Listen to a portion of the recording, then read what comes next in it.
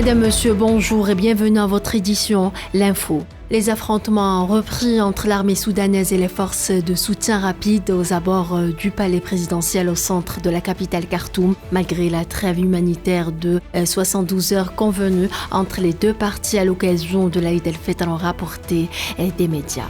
Les paramilitaires des forces de soutien rapide au Soudan ont annoncé ce dimanche l'évacuation de l'ambassade américaine à Khartoum, où les violents combats sont entrés dans leur deuxième semaine.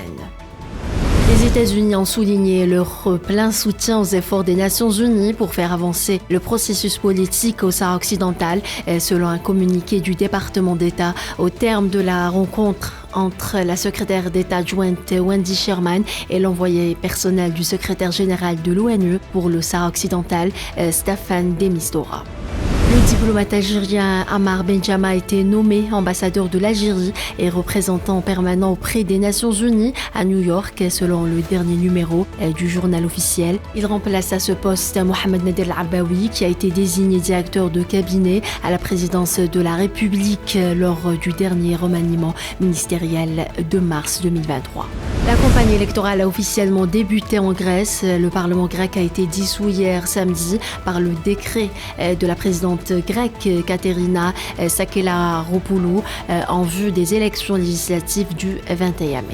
Un haut responsable des services migratoires mexicains est inculpé d'homicide pour l'incendie qui a tué fin mars 40 migrants dans un centre de détention. Les images des caméras de sécurité ont montré qu'une fois l'incendie déclaré, ni le personnel des services d'immigration ni les agents de sécurité ne sont venus en aide aux migrants enfermés dans leurs cellules au départ du feu.